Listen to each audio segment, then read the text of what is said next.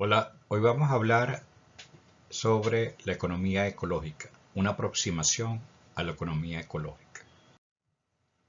Contenido de la charla que vamos a ver a continuación es una visión del pensamiento económico, el pensamiento económico neoclásico, el lugar de la naturaleza en el pensamiento económico, economía y recursos naturales, qué son las externalidades, economía ambiental, valoración económica de la naturaleza, bioeconomía y aspectos a debatir.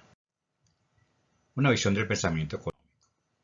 Cuando vemos la evolución del pensamiento económico, pensamos inicialmente en el mercantilismo entre los siglos XV y XVII, donde se estaba conformando los estados modernos, ya estaba en decadencia el sistema feudal y la expansión comercial como una fuente de riqueza. Posteriormente, en el siglo XVIII, aparece la fisiocracia que surgió en Francia, que fue una economía basada en la producción agrícola, y la agricultura era la fuente de riqueza.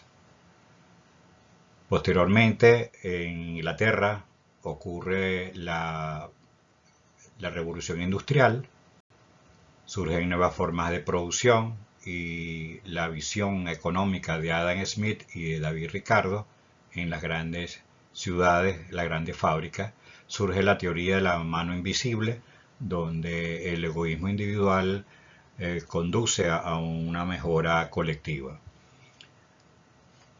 Aparece Malthus con su famosa teoría de crecimiento poblacional, la insuficiencia de recursos para alimentar a toda la población. El crecimiento poblacional es exponencial, mientras el crecimiento de recursos es lineal. Posteriormente surgen las teorías de Karl Marx sobre el capital, explotación de los trabajadores, concepto de plusvalía, formación de sindicatos. Y en los años 30, 1929-1930, surge la crisis en los Estados Unidos, se derrumba la teoría de Adam Smith y surgimiento del Estado en la economía, de la intervención del Estado en la economía. Aquí vemos en tres grandes bloques lo que serían la teoría clásica, la neoclásica y la keynesiana, con los principales representantes como son David Ricardo, Adam Smith y John Stuart Mill, con lo que se refiere a la teoría clásica, mientras que en la teoría neoclásica tenemos a Menger, a Walras, Marshall como los principales exponentes y por último, por supuesto, Keynes en su teoría keynesiana.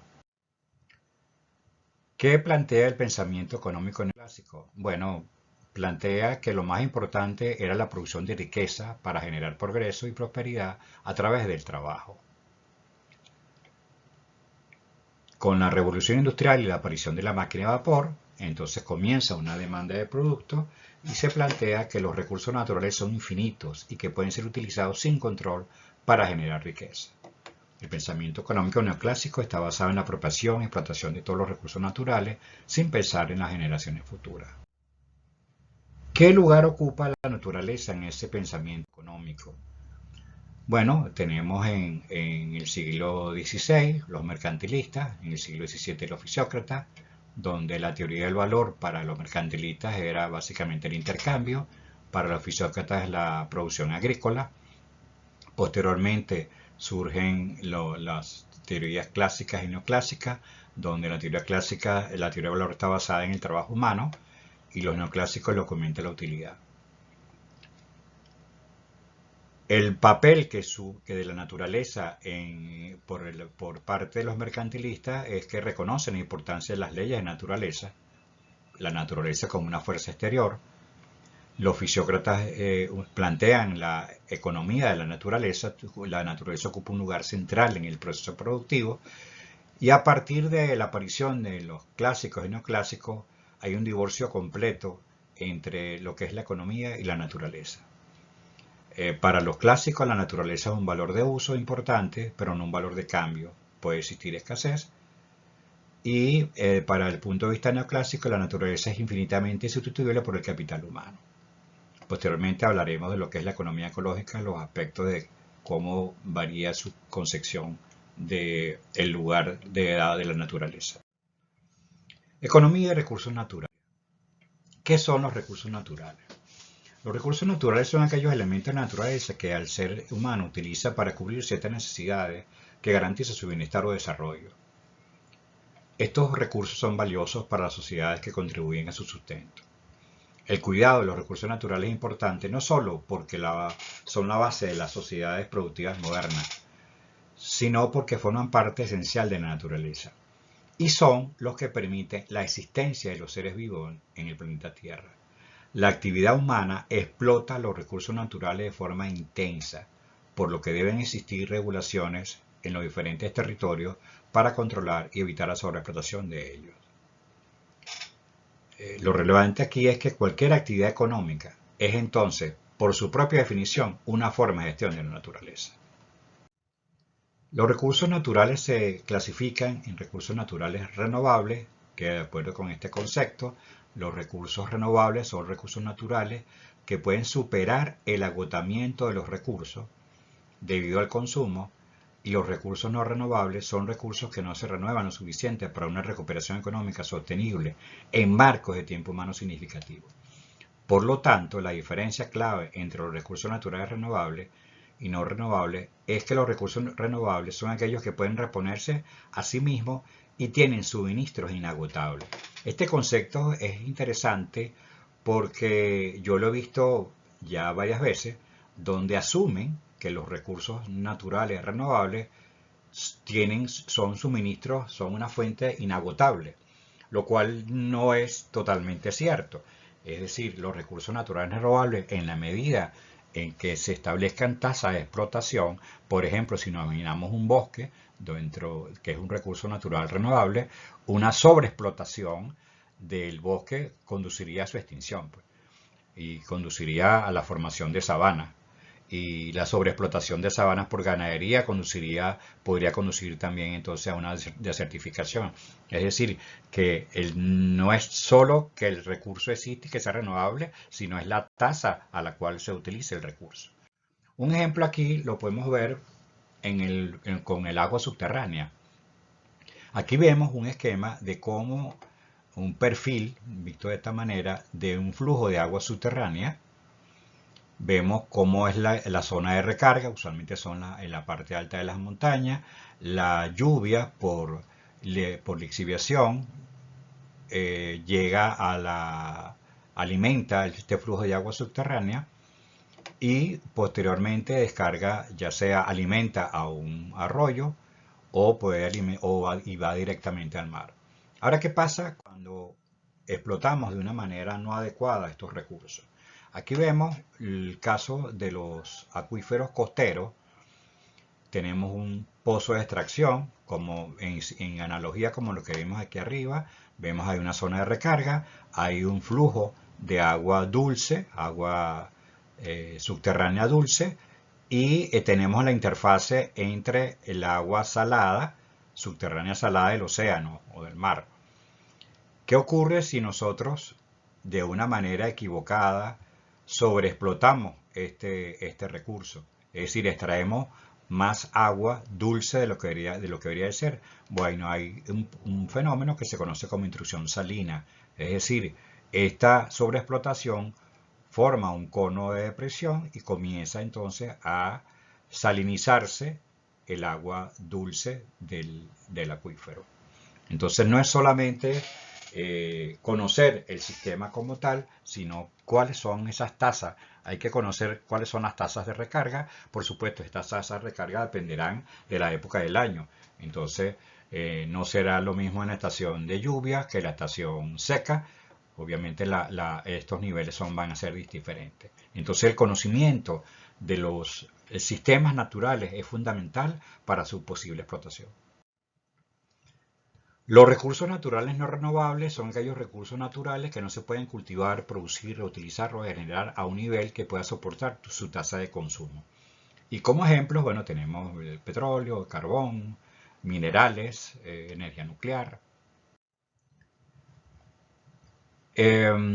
Fue Harold Hotelling, un matemático, estadístico, economista estadounidense, profesor asociado a la Universidad de Stanford, que estableció lo que se conoce como la regla de Hotelling, que establece el ritmo óptimo de extracción de petróleo o de cualquier otro recurso no renovable.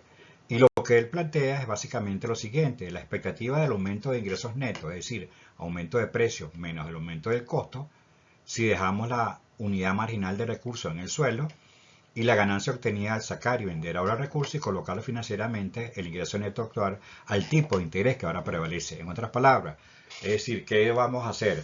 Vamos a dejar el recurso sin extraer, sin explotar, o lo explotamos en este momento y colocamos entonces y utilizamos un recurso financiero de obtención por medio del interés de ganancia de ese recurso.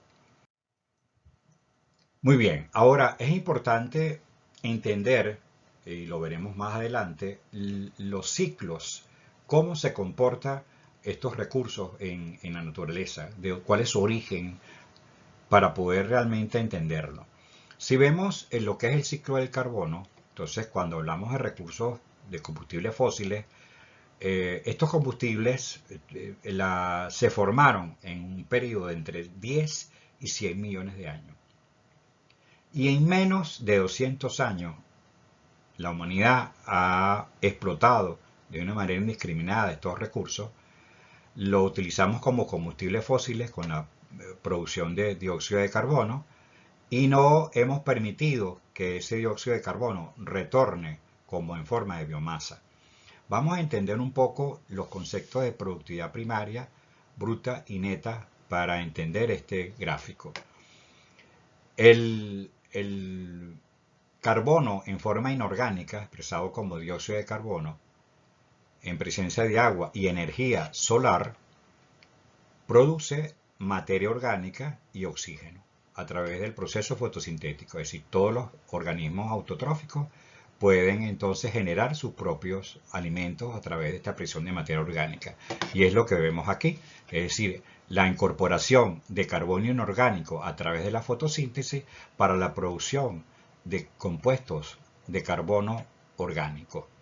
Esos compuestos de carbono orgánico durante millones de años formaron lo que son los combustibles fósiles. Es decir, no podemos hablar de producción de petróleo, sino de extracción de petróleo, porque ya eso estaba allí, ya eso lo produjo la naturaleza. El punto está, entonces, cuáles son las tasas a las cuales se debe utilizar este recurso para que puedan, en cierta manera, compensar la incorporación de materia orgánica. Es complejo porque estamos hablando de tiempos geológicos aquí y nosotros lo estamos explotando en menos de 200 años. El proceso inverso, es decir, la oxidación de esta materia orgánica en presencia de oxígeno para producir dióxido de carbono, agua y energía en forma de calor, es el proceso de respiración, que en el fondo es una oxidación biológica. Entonces, todos los organismos, las plantas, los organismos autotróficos, incorporan carbono para producir materia orgánica, pero también respiran. Es decir, utilizan parte de este material orgánico que ellas mismas sintetizan para poder obtener energía para sus funciones. Entonces hay la generación de dióxido de carbono producto de la respiración tanto de plantas como de animales, como la producción de dióxido de carbono a través de las actividades industriales. ¿Cuáles son las consecuencias de las actividades extractivas, tanto de petróleo como minerales? Bueno, los pasivos ambientales que están permanentes en todo el planeta, como son los derrames petroleros, todos los efectos degradantes sobre el ambiente de la minería, ya sea artesanal, ya sea industrial. Bien, ahora vamos a hablar qué son las externalidades. Una externalidad es una situación en la que los costos o beneficios de producción o consumo de algún bien o servicio no se reflejan en su precio de mercado. En otras palabras, son externalidades aquellas actividades que afectan a otros sin que estos paguen por ellas o sean compensados. Existen externalidades cuando los costos o los beneficios privados no son iguales a los costos o los beneficios sociales. Si lo vemos en forma gráfica, en esta gráfica de precio versus cantidad, observamos la gráfica del costo privado marginal Cuando el costo privado marginal es menor que el costo social marginal, tenemos entonces una externalidad. En este caso, una externalidad negativa. Cuando ocurre lo contrario, es decir, que el costo privado marginal es mayor que el costo social marginal, tenemos una externalidad positiva. Las externalidades negativas son consideradas fallas del mercado, ya que la sociedad estaría implícitamente subsidiando dicho producto en el monto del costo correspondiente al daño social o externalidad, lo que incurre como resultado de su producción. Aquí vemos la gráfica de costos versus producción por unidad de tiempo. Entonces el costo marginal social sería el costo marginal privado más el costo marginal externo, que sería esta diferencia. O sea, el costo marginal privado, el costo marginal social y la diferencia sería el costo externo. Cuando se ubica el punto de equilibrio, el beneficio marginal es menor que el costo marginal social. Por lo tanto, este equilibrio del mercado es ineficiente. El mercado se ubica en el punto A, mientras que la situación de eficiencia sería en el punto C. Y la zona marcada entre A, B y C es una pérdida recuperable de bienestar para la sociedad.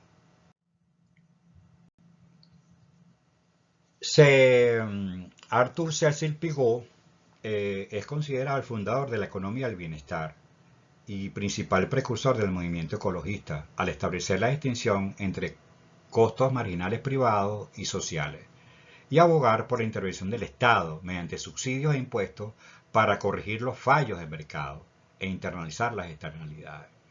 Entonces los impuestos pigovianos son un tipo de impuesto que busca corregir una externalidad negativa o positiva. Y este impuesto es conocido como impuesto pigoviano en honor a él. Y se basa en pechar un impuesto en el costo externo.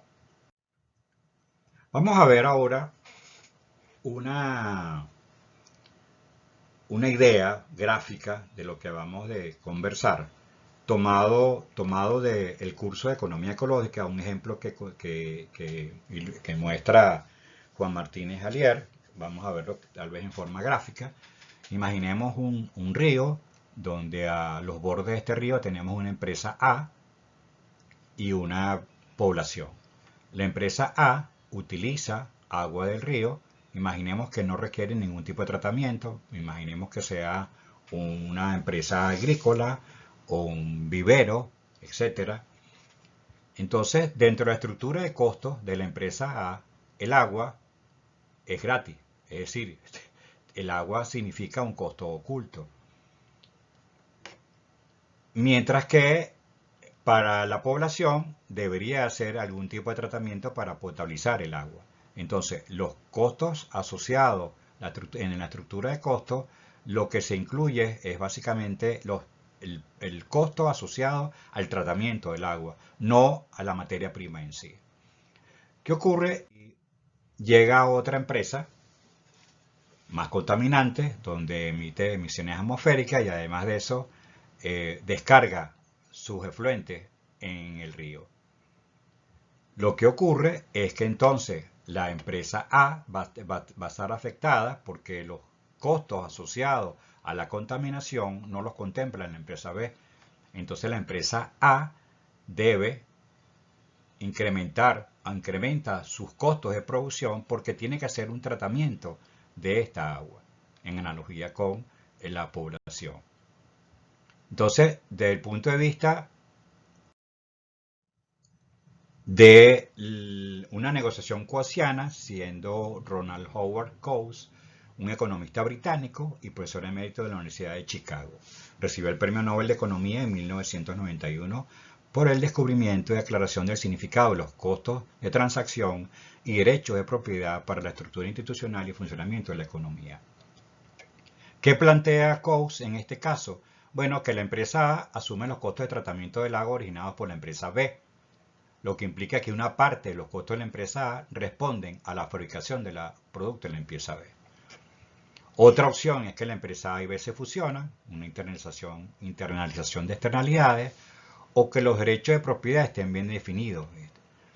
Vamos a hablar un poco de estos derechos de propiedad, aunque esto es de 1960. Posteriormente, en 1968, surge el dilema de Gary Harding, un biólogo inglés, que plantea que una situación en la cual varios individuos motivados solo por el interés personal y actuando independientemente pero racionalmente, terminan por destruir un recurso compartido limitado, el común, aunque ninguno de ellos, ya sea como individuo o en conjunto, les convenga que tal destrucción suceda.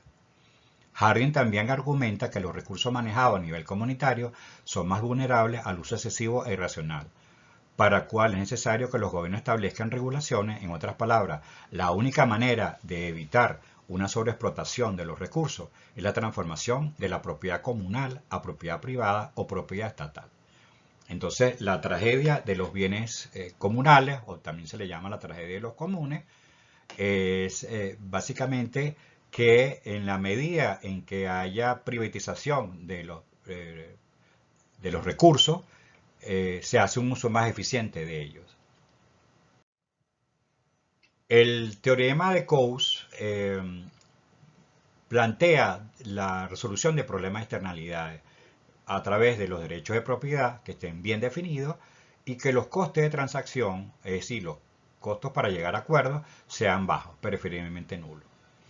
De acuerdo con Coase, cuando las partes pueden negociar libremente y sin mayores costos, no importa qué parte tenga inicialmente el derecho de propiedad, porque finalmente este quedará en manos de quien más lo valore. Así, el resultado final de la negociación conducirá a una óptima asignación de los recursos.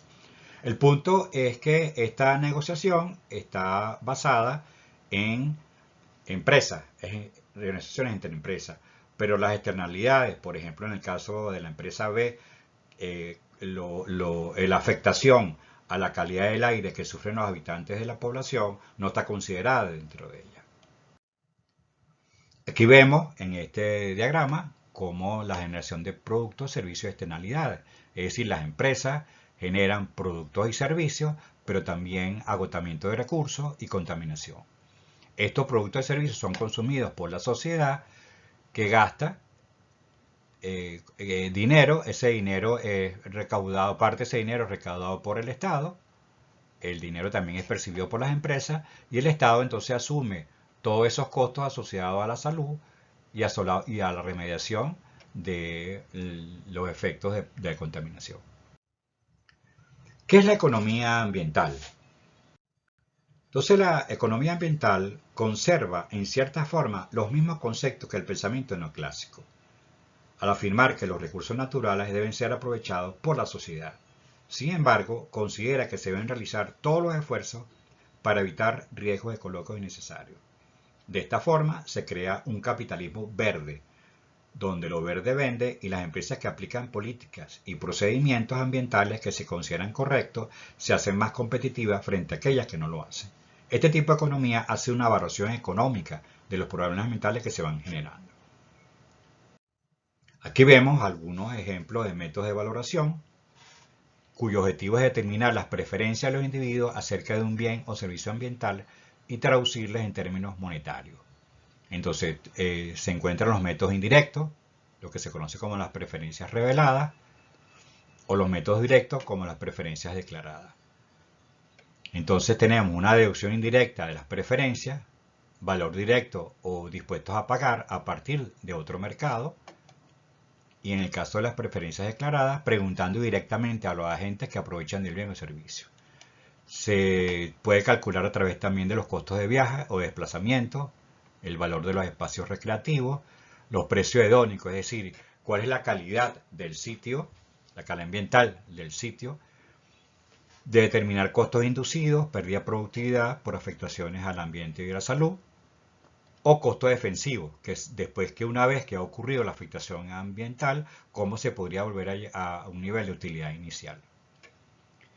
En el caso de las preferencias declaradas, se conoce como valor contingente, que son encuestas directas para determinar la disposición a pagar o aceptar una compensación por la afectación del medio.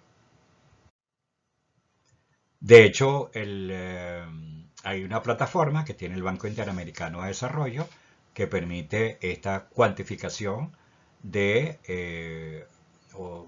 aspectos ambientales. Pero surge entonces una corriente que está en contra de estos conceptos neoclásicos de tratar de cuantificar en términos netamente económicos los aspectos ambientales. Y el precursor de esta corriente, que se conoce como bioeconomía, fue Nicolás Georgescu-Roegen. Fue un matemático, estadístico y economista de origen rumano, y él postulaba que el proceso económico era una extensión de la evolución biológica. Y a través del concepto de bioeconomía buscó subrayar el origen biológico de los procesos económicos y poner de relieve los riesgos que enfrenta la humanidad como consecuencia de la dependencia de recursos naturales limitados y distribuidos de forma desigual alrededor del planeta. Es decir, Georgescu fue uno de los que insistió en que los recursos naturales no son ilimitados, como una visión ortodoxa de la economía, y plantea que la teoría económica no ha incorporado la revolución en la termodinámica y de la biología y sigue viviendo en los principios del siglo XIX. Dentro de estos planteamientos de la bioeconomía se tienen que una economía basada en el consumo y la producción de bienes y servicios derivados del uso directo y la transformación sostenible de recursos biológicos, incluyendo los desechos biogénicos generados en los procesos de transformación, producción y consumo, aprovechando el conocimiento de los procesos y principios biológicos y utilización de tecnologías al conocimiento y transformación de esos recursos biológicos y la emulación de procesos y principios biológicos. En principio, la bioeconomía es la ciencia de la gestión de la sustentabilidad y su finalidad es alcanzar un desarrollo socioeconómico sostenible a través de un uso eficiente de los recursos naturales. Esto es importante, no es una rama de la teoría económica, sino un campo de estudio transdisciplinar. A diferencia de la economía ambiental, que era prácticamente un área, una rama de la economía clásica, esto plantea que no es una rama de la teoría económica, sino que es una rama distinta, una disciplina diferente y que implica un estudio transdisciplinar en el que participan además economistas, científicos de otras áreas como la biología, la física, etc. Aquí vemos parte de los postulados que vamos a ver en la segunda parte del video. Uno de los conceptos es el concepto de entropía o grado de desorden de un sistema, los conceptos de flujos de energía, la visión de la economía no como un sistema aislado, sino como un sistema abierto a los flujos de energía, ya lo veremos en la otra parte.